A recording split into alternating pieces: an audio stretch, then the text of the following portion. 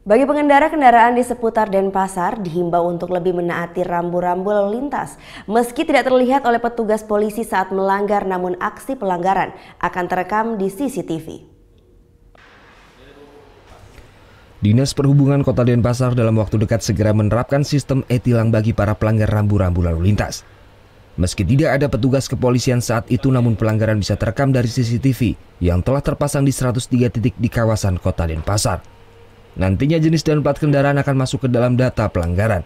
Pemilik akan diwajibkan membayar denda saat pengurusan STNK di kantor Samsat. Namun ada kelemahan dalam penerapan sistem ini, yakni data yang terekam kemungkinan akan berbeda pemiliknya, karena kendaraan tersebut sudah dijual kepada orang lain.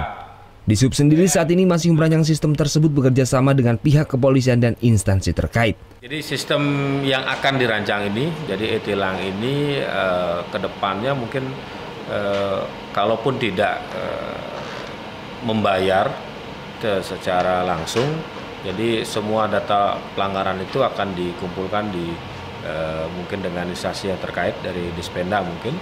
Jadi akan berkumpul di sana dan nanti akan diakumulasi setiap tahunnya dan itu akan dibebankan ke pajak kendaraan. Sementara langkah lain yang telah diterapkan Pemkot Kota Denpasar untuk membuat pengendara lebih disiplin adalah dengan memberikan teguran. Petugas dari Pusat Kendali Area Traffic Control System akan menegur melalui pengeras suara bagi pengendara yang kedapatan melanggar rambu-rambu lalu lintas. DK 4248 KIB, mohon segera berjalan. Sekali lagi, DK 4248 KIB. Penerapan sistem ini diharapkan bisa merubah perilaku pengendara untuk lebih berdisiplin dalam berkendara sehingga bisa meminimalisir kecelakaan lalu lintas. Surya Sanjaya melaporkan untuk NET. Thank you.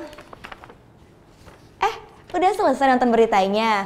Jangan pergi dulu dong. Subscribe dulu dan nonton tayangan lainnya di sini. Subscribe, nonton lagi. Subscribe, nonton lagi.